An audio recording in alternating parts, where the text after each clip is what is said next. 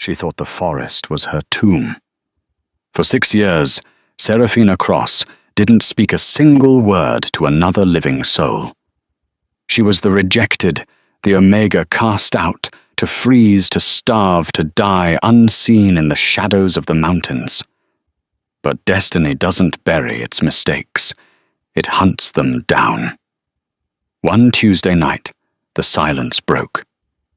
Not with a whisper, but with the thunder of engines and the howls of 10 massive beasts. They didn't come to kill her. They came because the most powerful man in the Northern Territory, the Alpha King himself, was dying. And Seraphina, she was the only cure. This is the story of how the unwanted girl brought a kingdom to its knees. The thermometer nailed to the side of the porch read 12 degrees below zero. Seraphina Cross stared at the red line, her breath pluming in white clouds against the frosted glass. In the remote wilderness of the Pacific Northwest, specifically, the deep, ungoverned, heavy woods north of Spokane, cold wasn't just weather. It was a predator. She tightened the sash of her threadbare wool coat, a men's oversized exuberant plaid she'd scavenged from a dumpster behind a gas station 3 years ago, and pushed open the cabin door. The hinges screamed a piercing metal shriek that cut through the absolute silence of the forest. For 6 years, silence had been her only companion. Seraphina was 24 now, though her reflection in the cracked bathroom mirror suggested a woman of 40. Her hands were rough callus over callus, stained with the soil of her small greenhouse and the charcoal she used to filter her water. She was an Omega. In the hierarchy of the Lycan world, that meant she was the bottom of the barrel. But Seraphina was lower than an Omega. She was a rogue, an exile, a traitor, or at least that was the lie the Crescent Valley Pack had told when they threw her out at 18. She walked to the woodpile, her boots crunching on snow that had hardened into ice. She grabbed an armful of birch logs. 1, 2, 3. She counted them. Counting helped. It stopped her mind from drifting back to that night in the gymnasium. The microphone. Feedback. The public shaming and the look in Jackson's eyes when he turned his back on her. Don't think about him, she told herself, the mantra worn smooth by repetition. Focus on the wood. Focus on the fire. She was halfway back to the door when she felt it. It wasn't a sound. It was a vibration. A low-frequency hum that traveled up through the soles of her boots and rattled her teeth. Seraphina froze. The wilderness was full of noises, bears, falling, timber, wind. But this was rhythmic, mechanical. Engines. Panic cold and sharp as a knife spiked in her chest. No one came out this far. The Whispering Pines were dead territory. Even the rangers avoided this sector because of the wolf sightings, a convenient rumor the local packs maintained to keep humans away. She dropped the wood. The logs clattered loudly, but it didn't matter. The rumble was growing into a roar. She ran inside, bolting the heavy oak door. It was a futile gesture. If a wolf wanted in a door was just kindling. She backed away, grabbing the iron poker from the fireplace. Her heart hammered against her ribs like a trapped bird. Her wolf, a small, timid creature that hadn't surfaced in years, whimpered in the back of her mind. Hide, the wolf urged. Fight, the woman decided. Through the grime of the front window, she saw them. They didn't arrive like a ragged band of rogues. This was a convoy. 3 matte black SUVs, modified for off-road terrain, with reinforced grills and bulletproof glass, tore through the tree line, snapping saplings as if they were toothpicks. They fishtailed in the snow, their headlights cutting through the grey twilight, like searchlights illuminating her tiny, pathetic cabin. The vehicles stopped in a fan formation, blocking her escape. For a long minute, nothing happened. The engines idled, pumping white exhaust into the air. Seraphina's grip on the iron poker was so tight her knuckles were white. Who are they? The Crescent Valley Pack. Did Jackson finally decide that exile wasn't enough? Then the doors opened. It was coordinated. Precise. Military. Men stepped out. 10 of them. They weren't wearing rags. They wore tactical gear. Dark grey combat pants, heavy thermal jackets and boots that cost more than everything Serafina had ever owned. But it wasn't their clothes that terrified her. It was their scent. Even through the glass and the drafty logs, the smell hit her. It smelled like ozone, burning cedar, and raw, unadulterated power. Alphas. All of them. A normal pack had 1 or 2 alphas. A strong pack might have 5. To see 10 high-ranking, dominant wolves in one place was unheard of. It was a war party. They didn't shift. Not yet. They formed a perimeter. They moved with the lethal grace of predators, checking the sight lines, scanning the woods. They were securing the area. Then the back door of the center SUV opened. The man who stepped out made the others look like children. He was massive, easily 6'6", with shoulders that strained the fabric of his black trench coat. He didn't wear a hat, letting the snow fall onto his dark, close-cropped hair. His face was a landscape of harsh angles, a strong jaw covered in heavy stubble, a nose that had been broken and set straight, and a scar running from his left temple down to his cheekbone. He didn't look at the perimeter guards. He looked straight at the cabin, straight at the window, straight at her. Serafina gasped and ducked below the sill, her heart stopping. His eyes. Even from this distance she saw them. They weren't the usual amber or gold of a wolf. They were a piercing, icy blue. The Alpha King. She had never met him. No one in her lowly circle ever had. But she knew the descriptions. Calen Blackwood, the sovereign of the Northern Territories. The man who was rumored to have slaughtered his own brother to stop a civil war. He was a myth, a monster, a ghost story told to pups to make them behave. And he was standing on her front lawn. "Come out," a voice boomed. It wasn't Calen. It was one of the lieutenants, a bald man with a thick neck. "We know you are in there, Serafina Cross." Hearing her name, her real name, spoken aloud, after 6 years of being Hey You or the Witch, made her knees buckle. She didn't move.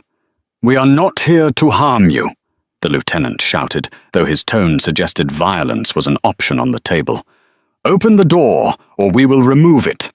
Serafina looked at the iron poker. Against 10 alphas and the king. It was a toothpick, but she had something else. She scrambled backward into the kitchen, reaching for the jar on the top shelf. Wolfsbane. Concentrated, dried, and ground into a fine powder. She had made it to protect herself from bears, but it worked on wolves too. If she could breathe it into their faces, she might buy herself 3 seconds. 3 seconds to do what Sarah ran into the snow and freeze. Last warning. A heavy thud shook the cabin. A boot against the wood. Serafina uncorked the jar. Then a different voice spoke. It was lower, smoother, deeper. It sounded like gravel crunching under tires. "Stand down, Lieutenant." The pounding stopped. "Serafina," the deep voice said. It was Calen. He was right at the door now. She could hear his breathing. "My name is Calen Blackwood.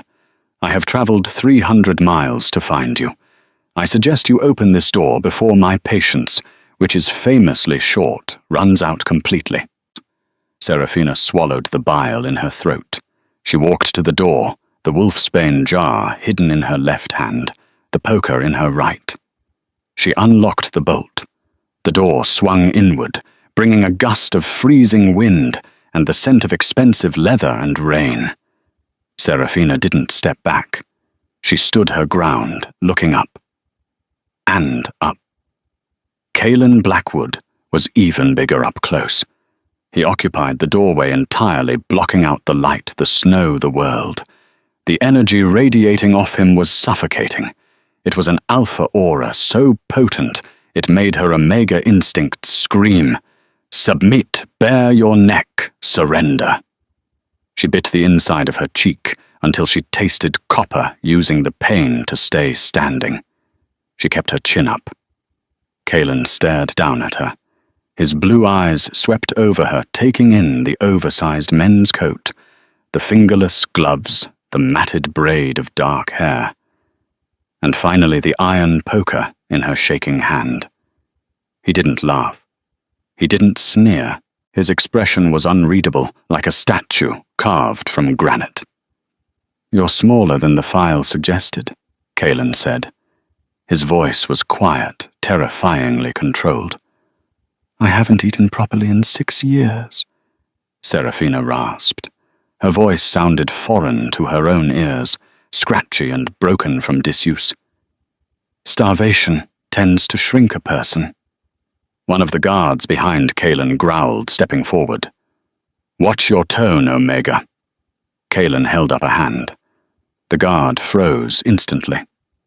"May we come in?" Calen asked. It was phrased as a question, but it wasn't one. "Do I have a choice?" "No." Seraphina stepped back, lowering the poker, but keeping the wolfsbane jar clutched tight against her hip. Calen stepped over the threshold, having to duck his head to avoid the door frame. 2 guards followed him. The bald lieutenant and a woman with a long scar across her nose. The rest remained outside, facing the woods. The cabin, which usually felt cozy to Seraphina, suddenly felt like a shoebox. Calen took up all the oxygen. He looked around the single room. He saw the drying herbs hanging from the rafters, the meager fire in the hearth, the stack of books scavenged from the dump. He saw the poverty. "You've survived," Calen noted, running a gloved finger over the rough-hewn table. "Alone. In Sector 4. The survival rate for a lone Omega out here is usually 3 weeks. You've done 6 years. Is that why you're here?"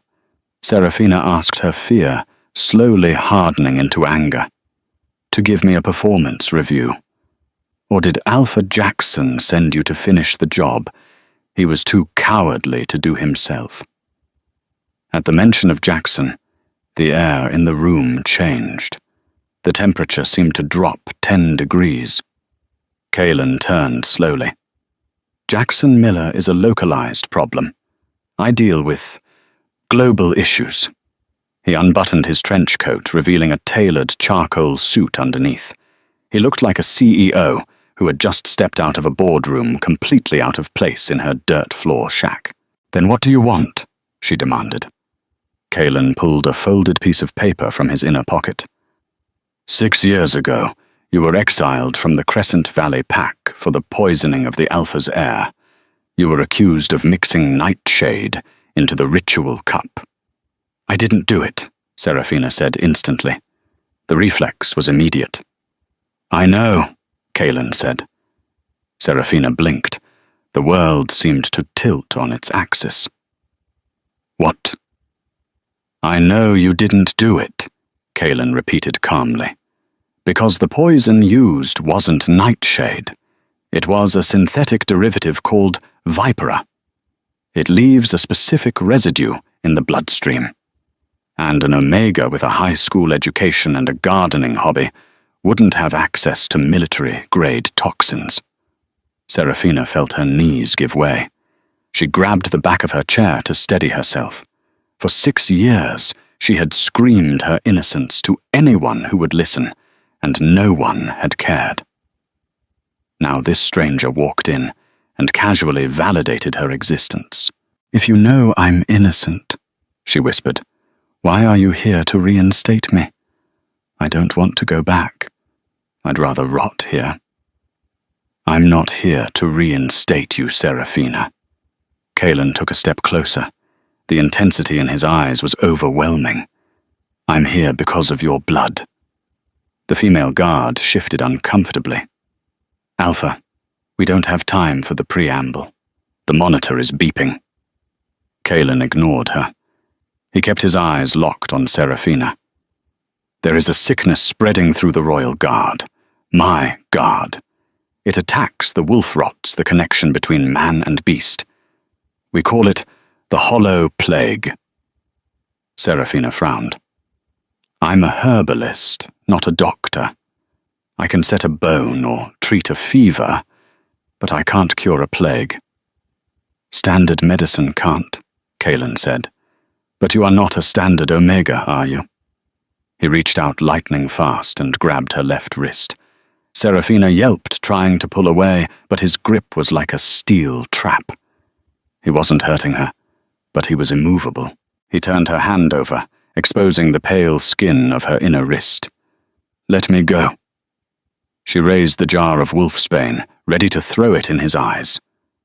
Wait, Kalen commanded.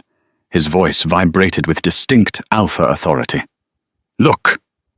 He used his thumbnail sharp as a claw to make a tiny, shallow cut on her wrist. A drop of blood welled up. It wasn't red.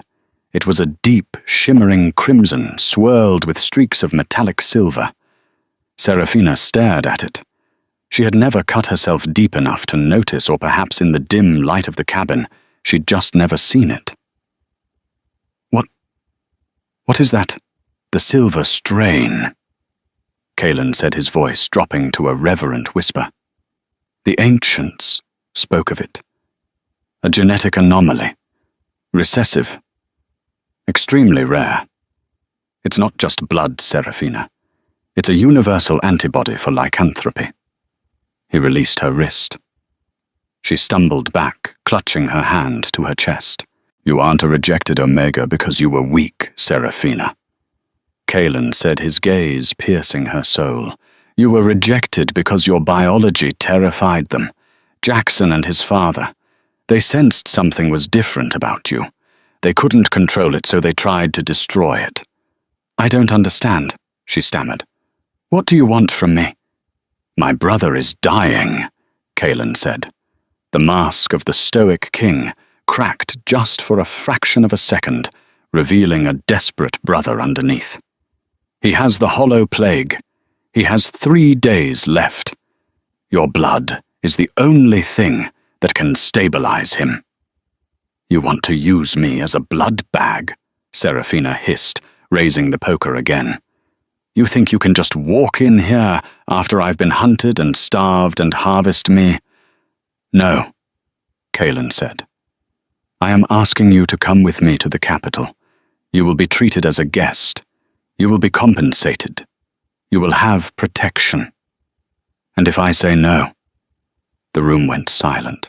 The wind howled outside, rattling the window panes. Kalen sighed. He looked tired. Seraphina looked out the window.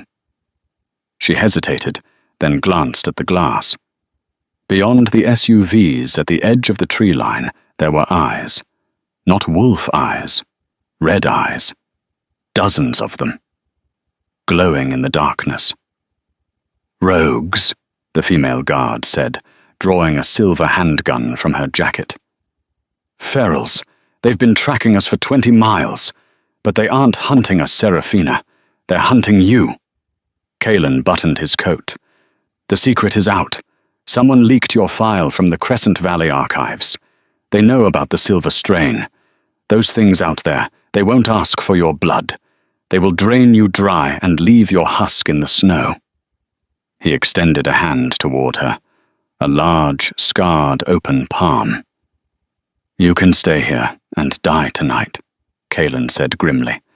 Or you can come with me, save my brother, and I promise you, I will give you the head of every person who ever hurt you, including Jackson Miller. Seraphina looked at the red eyes glowing in the woods. She looked at her pathetic cabin.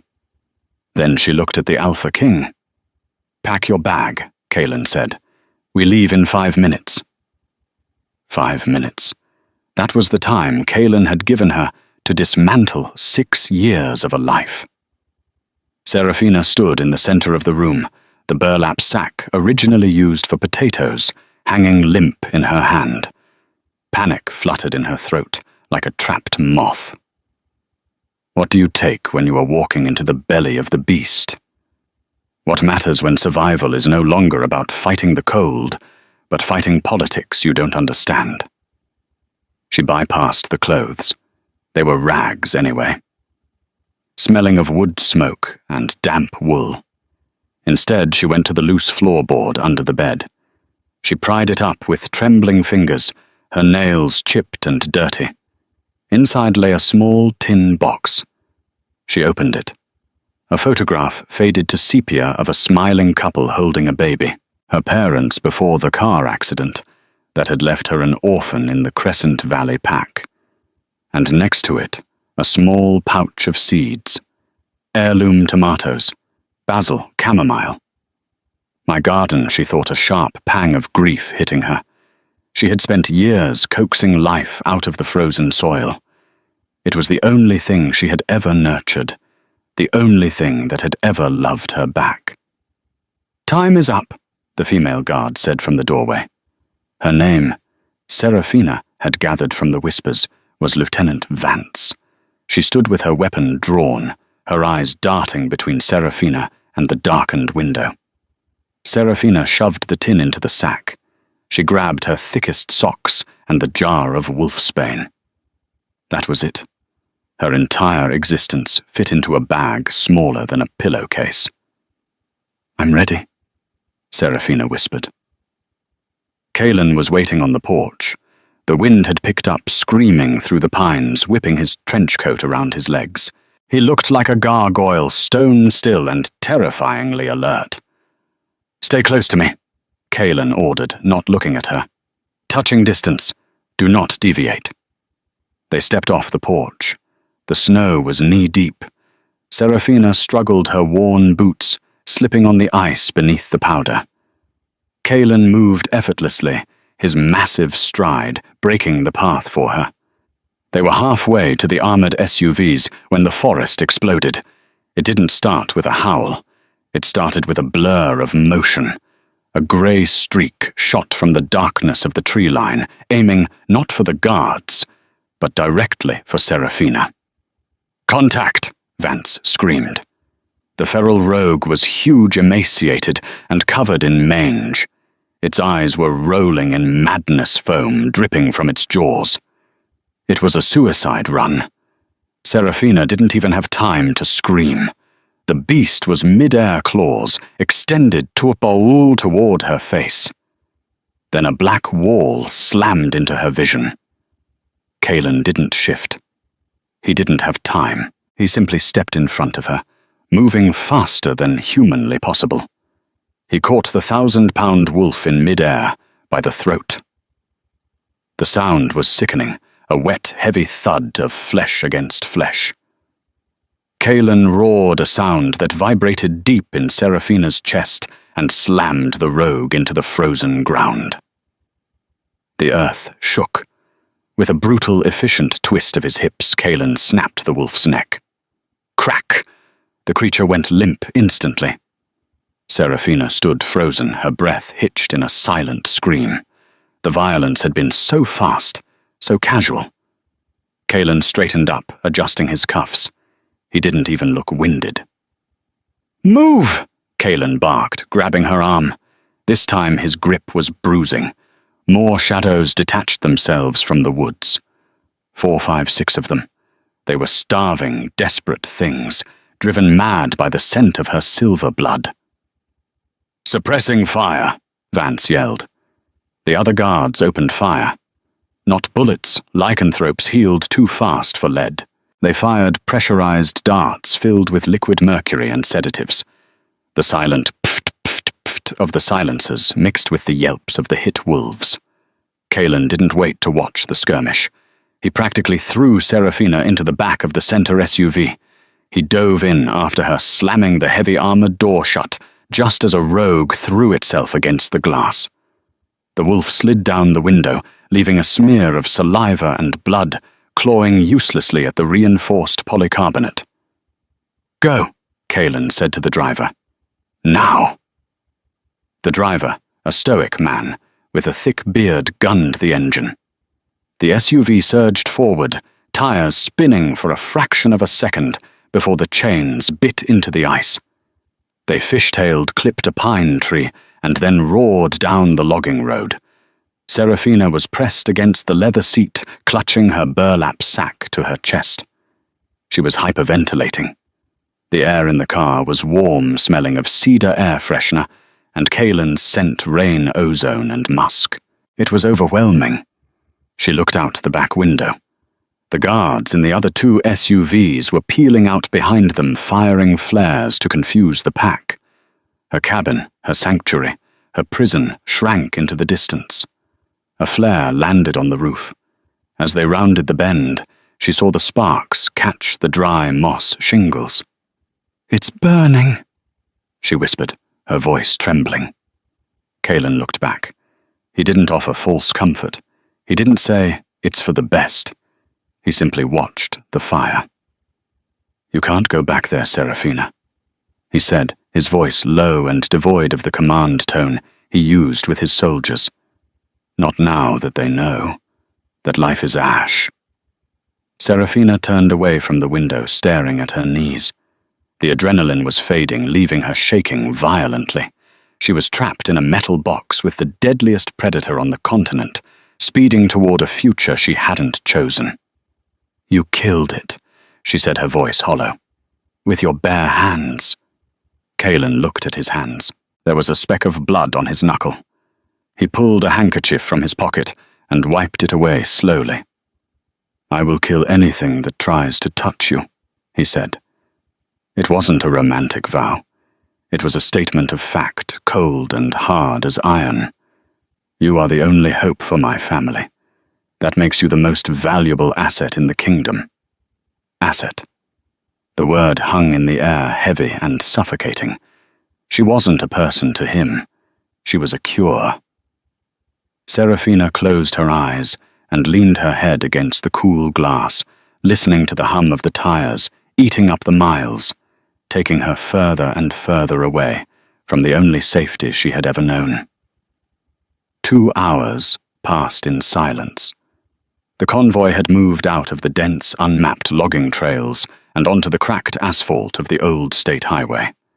The snow here was plowed, pushed into dirty banks on either side of the road. Inside the SUV, the atmosphere was thick enough to choke on. Serafina was thawing out, and it was agonizing. The blood returning to her extremities caused her fingers and toes to throb with a burning, prickling heat known as chilblains. She rubbed her hands together, trying to be subtle, but a small hiss of pain escaped her lips. Kaylin, who had been reading a dossier on a tablet, looked up immediately. "Show me," he said. "It's nothing," Serafina muttered, tucking her hands under her thighs. "Just the thaw." "Show me, Serafina." She hesitated, then slowly pulled her right hand out. Kaylin reached across the center console.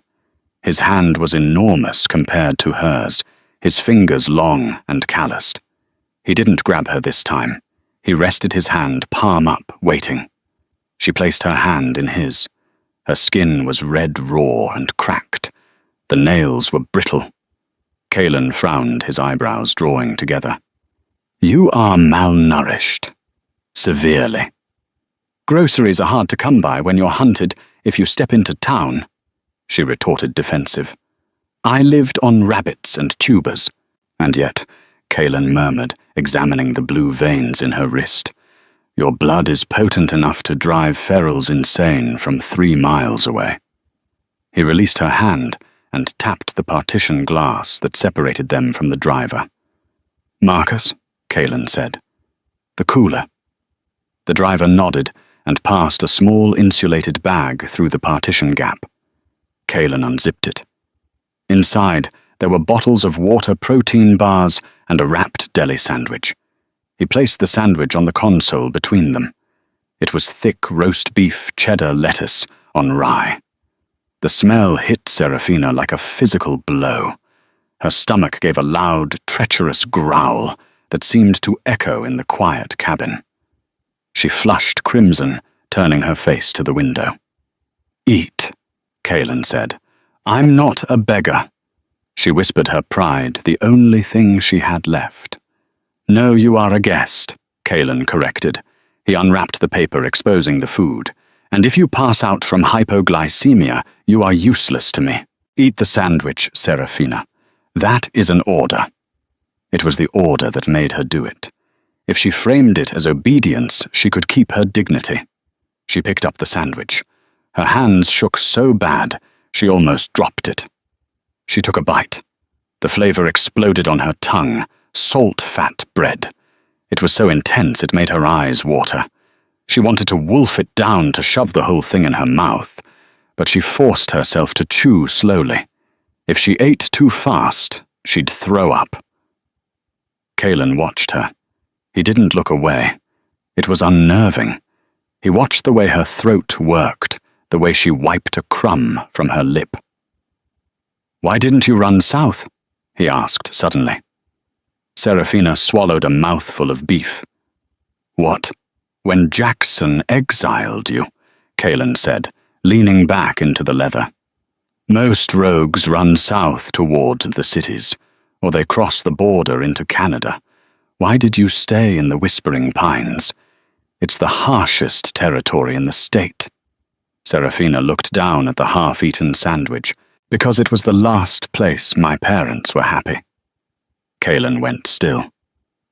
"They took me camping there," she continued, her voice quiet. "Before the accident, it was the only memory I had where we were a family before I became the orphan Omega of the pack. I thought, if I stayed there, maybe I wouldn't be so lonely."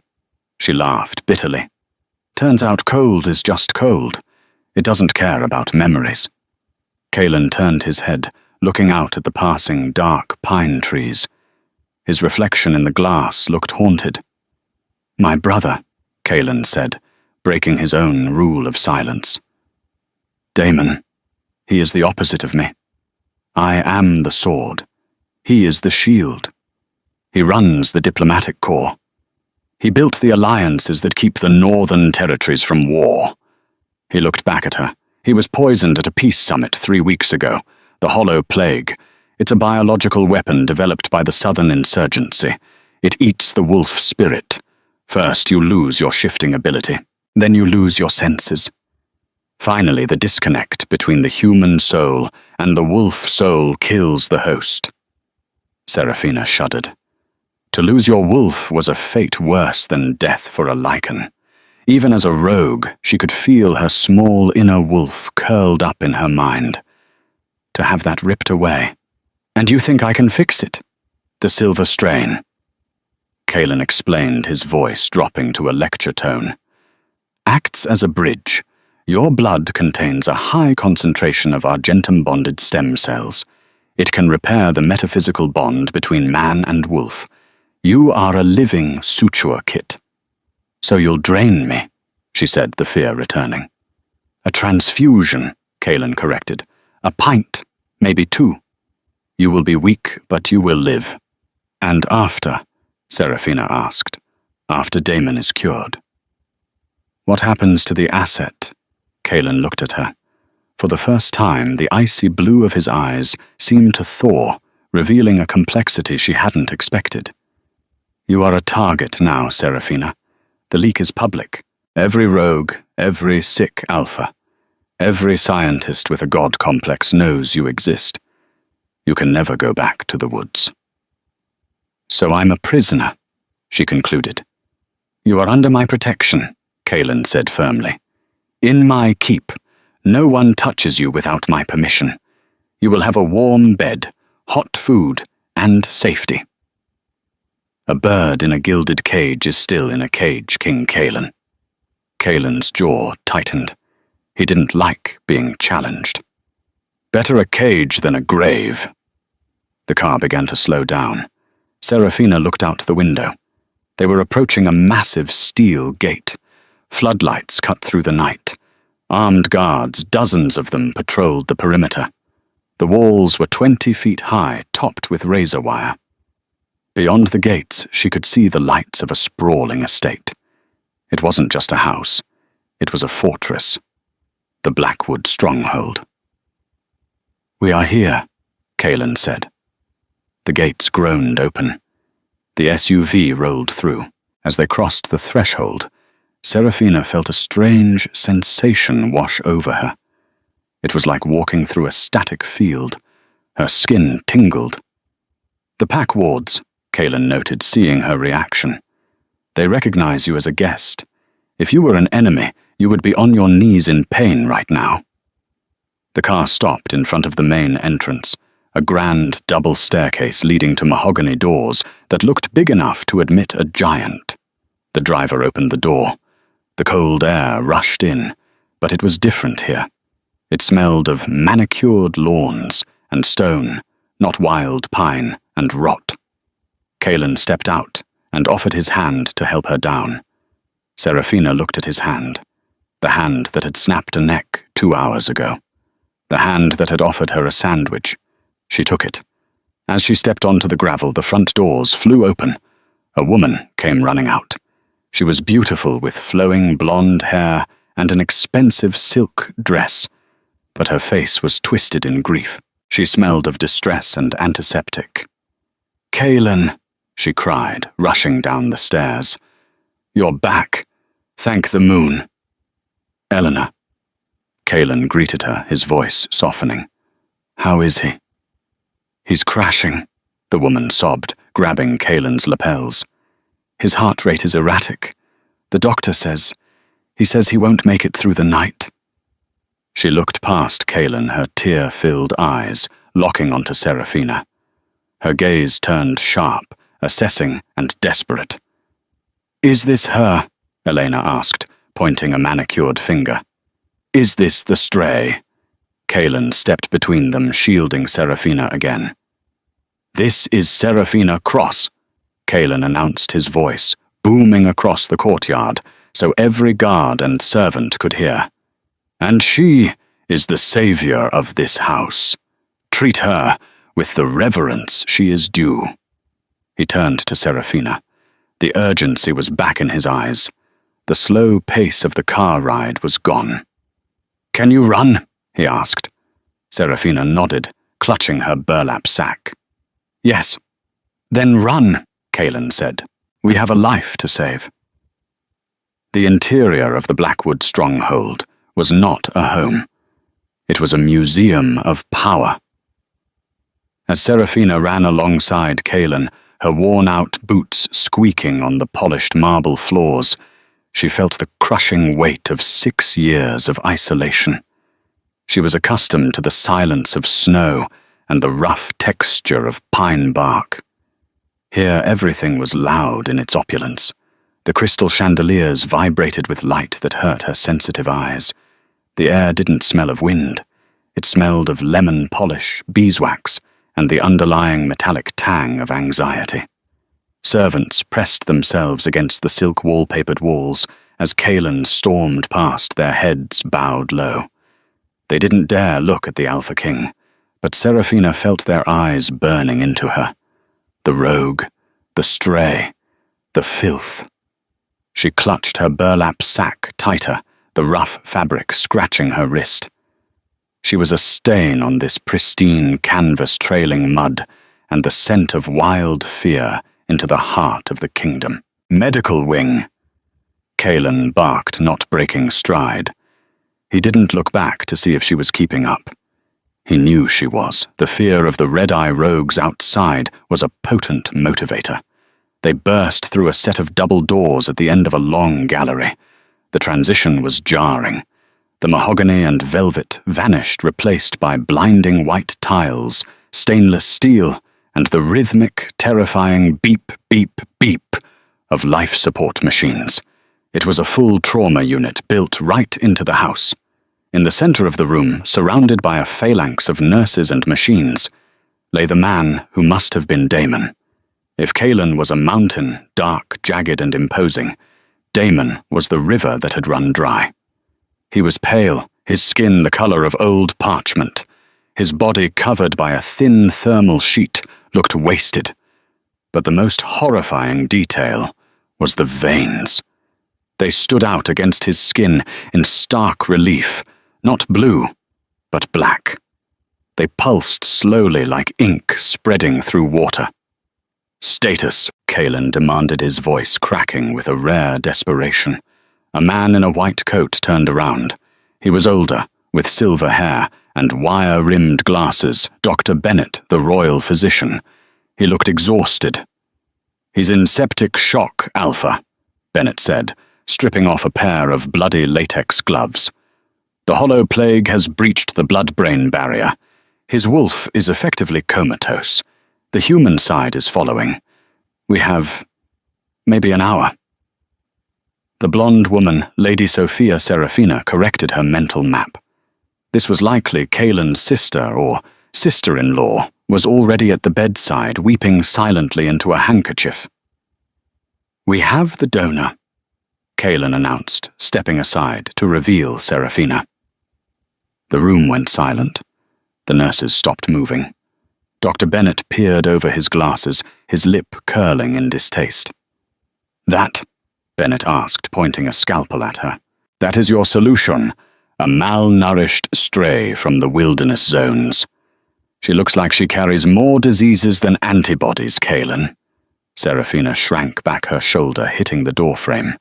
The shame was hot and immediate. She knew how she looked, matted hair, dirty coat, skeletal frame. "Watch your tongue, Doctor," Kalen growled. The air in the room grew heavy, the alpha aura pressing down like a physical weight. "She carries the silver strain. Prepare the transfusion. Now." Bennett hesitated, then sighed, shaking his head.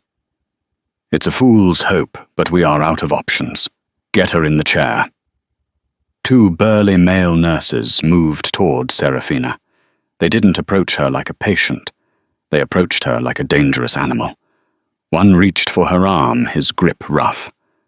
"Sit down," the nurse ordered. Serafina flinched, pulling her arm back. "Don't touch me. We don't have time for this," the nurse snapped, reaching for her coat to strip it off. "I said don't touch me," Serafina screamed. The sound tore through her raw throat. In her panic, her dormant wolf stirred. It was weak, but it was terrified. She backed into a tray of surgical instruments, sending steel clattering to the floor. The noise was deafening. "Restrain her," Bennett shouted. "Sedate her if you have to. We need that vein." The nurses lunged. Serafina dropped her burlap sack, reaching for the only weapon she had, the jar of wolfsbane, in her pocket. "Enough!" The command was so powerful it shattered a glass vial on the counter. Kalen stood in the center of the chaos, his chest heaving. His eyes were glowing a faint electric blue.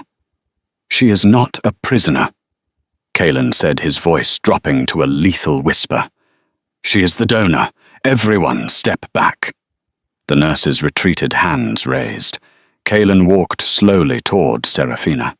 He stopped 3 feet away, giving her space. He saw the terror in her eyes, the look of a creature that had been kicked one too many times. "Serafina," he said softly. He didn't look at the doctors.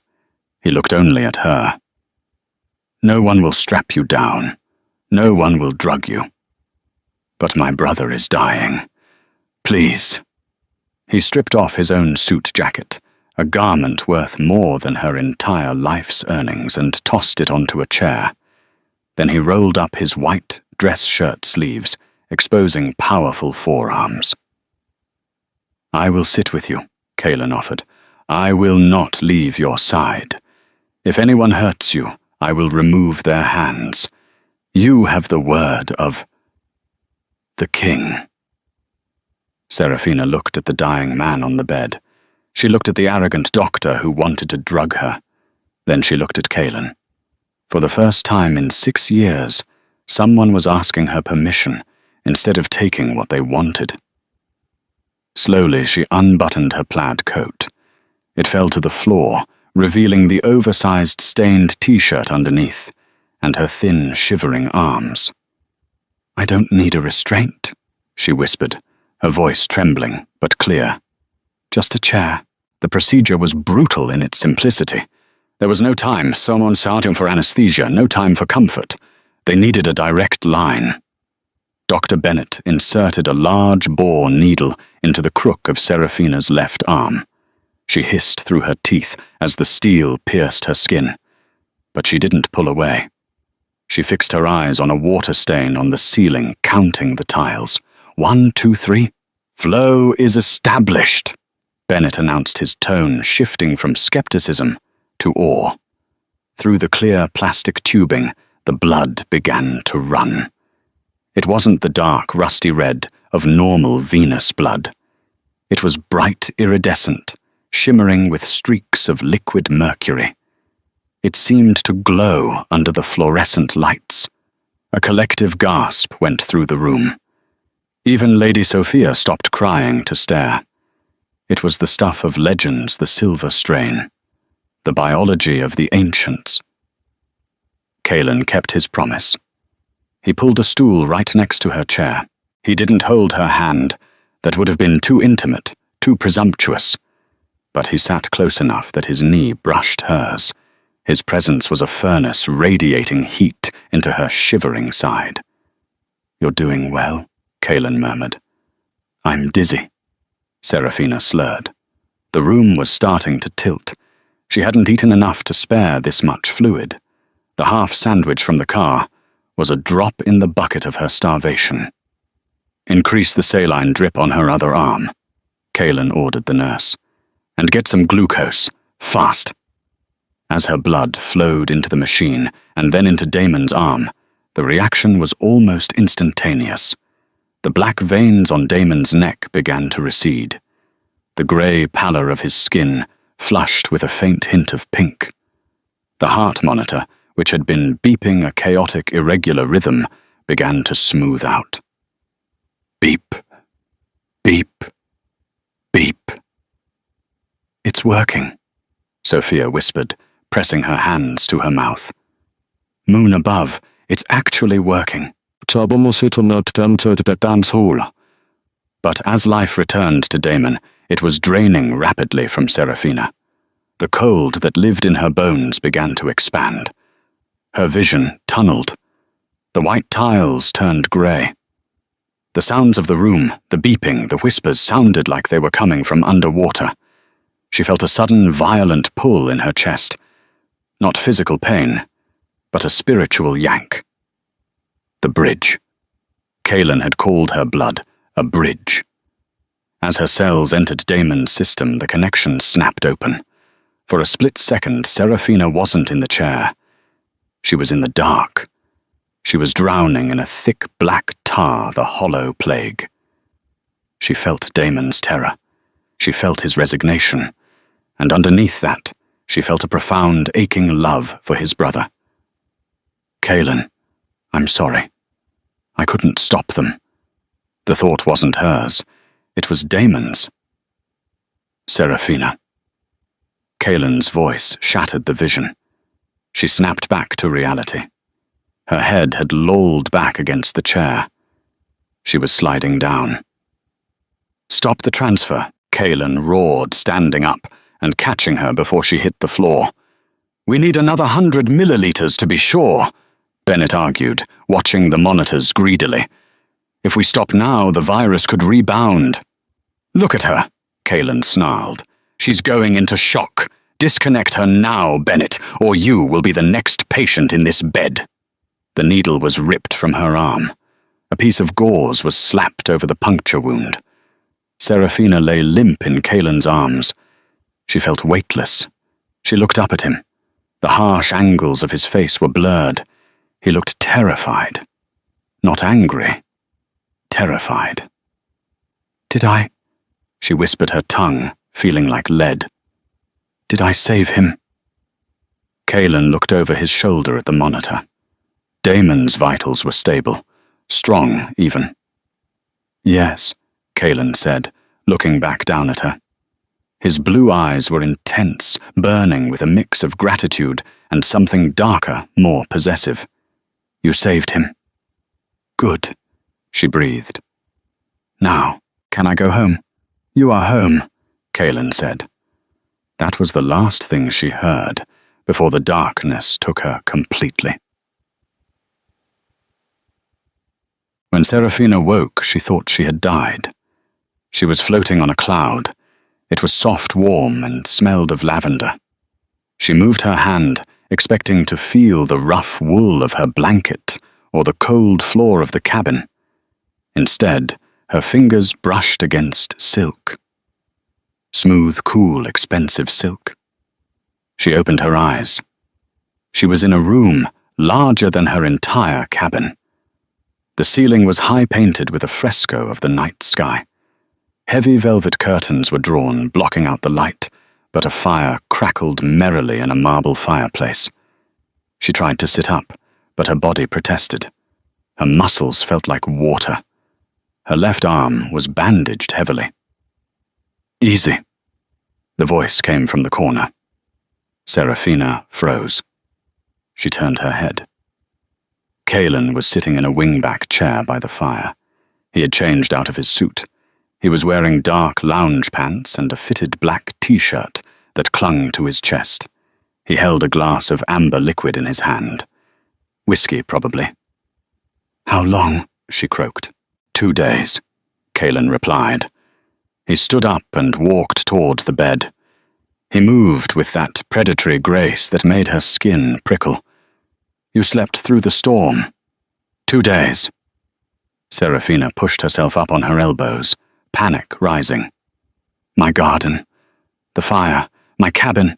"Your cabin is gone, Seraphina," Kaelin said gently, sitting on the edge of the massive bed. "My men confirmed it. The rogues burned it to the foundation after we left. There is nothing to go back to." The news hit her like a physical blow. Even though she had seen the sparks, hearing it, confirmed, carved a hollow space in her chest. The last piece of her parents, the last piece of her freedom, gone.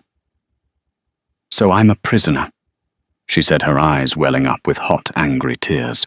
"Just like I said." "Daemon is awake," Kaelin said, ignoring her accusation. "He is asking for you. He wants to thank the woman who pulled him back from the grave." "I don't want his thanks. I want my life back." Kaelin set his glass down on the nightstand. He leaned in close. Too close.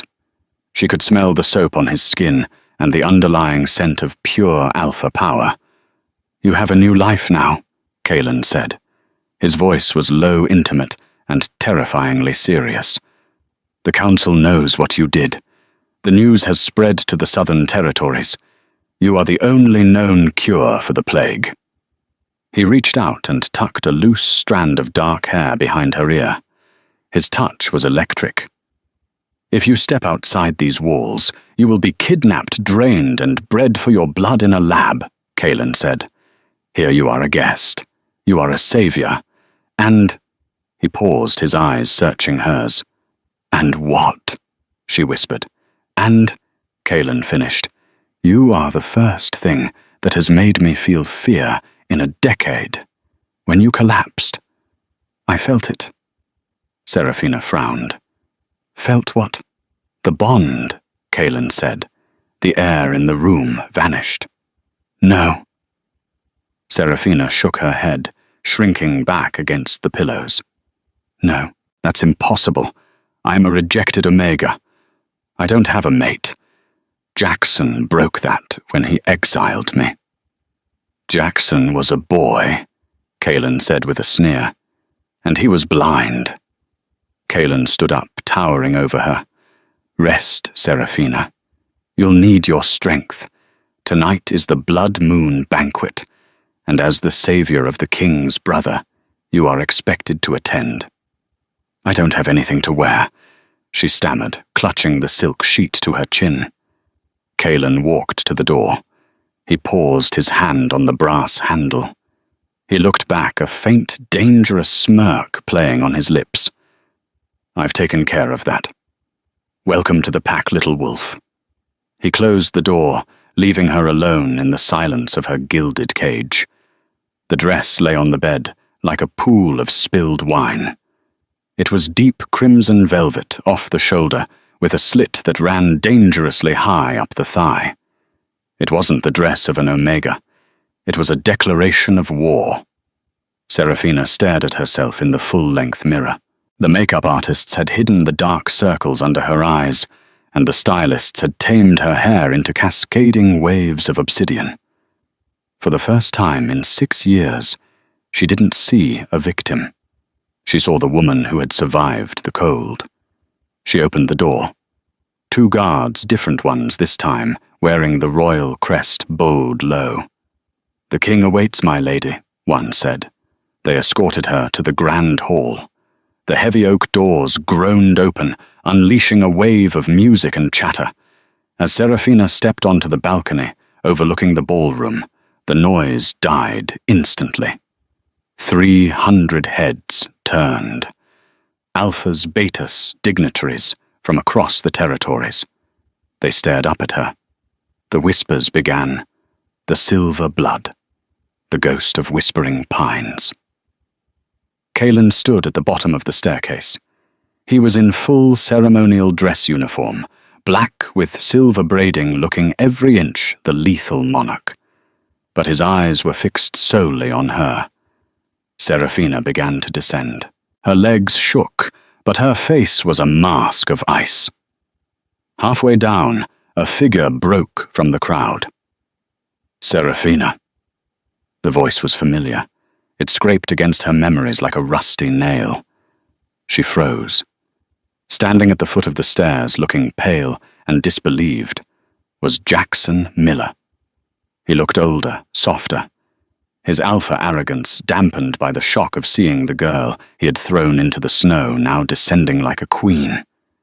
"You're alive," Jackson breathed, stepping forward. "Sarah, we thought you were dead. You belong to Crescent Valley. You need to come home." The room gasped. To claim a guest of the king was suicide. Serafina looked at Jackson. She remembered begging him on her knees. She remembered the cold of the gymnasium floor. "I have no home in your valley, Jackson," she said, her voice carrying clearly through the silent hall. "You buried Serafina Cross 6 years ago." "I made a mistake," Jackson pleaded, his eyes darting to her exposed neck, looking for a mark. "I was young. I can reinstate you. You can step back," a deep voice rumbled. Kaelin moved. He didn't